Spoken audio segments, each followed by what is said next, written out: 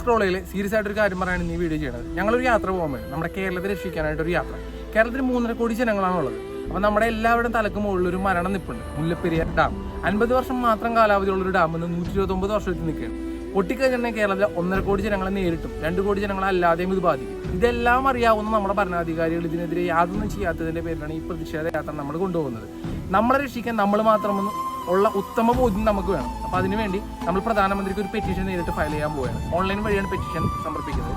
താഴെ കാണുന്ന scanner scan ചെയ്താൽ നിങ്ങൾക്കും അതിൻ്റെ ഭാഗമായി മാറാം.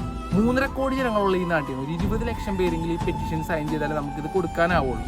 അപ്പം ഞാൻ ഈ പറയണമെന്ന് വെച്ചിട്ടുണ്ടെങ്കിൽ പല റീൽസ് നിങ്ങൾ കണ്ടിട്ടുണ്ടാവും, ഗീവ് വീഡിയോ ഒക്കെ ഷെയർ ചെയ്യുന്നത്. അപ്പോൾ അതിൻ്റെ ഒരു 10% ആളുകൾ ഈ വീഡിയോ ഒന്ന് ഷെയർ ചെയ്ത് തന്നിട്ടുണ്ടെങ്കിൽ നമുക്ക് നമ്മുടെ കേരളത്തെ രക്ഷിക്കാനാവും. അപ്പോൾ എല്ലാവരും നിർബന്ധമായിട്ട് ഒന്ന് സ്റ്റാറ്റസ് ഇട്ടും ഷെയർ ചെയ്തും നമ്മുടെ ഈ യാത്ര ഒന്ന് വിജയിപ്പിച്ച് തരണമെന്നും നിങ്ങൾ നമ്മുടെ കൂടെ നിന്ന് ഒറ്റക്കെട്ടായി നമുക്ക് ഈ കേരളത്തെ സംരക്ഷിക്കാൻ കഴിയുമെന്നുള്ള ഉറപ്പോടുകൂടി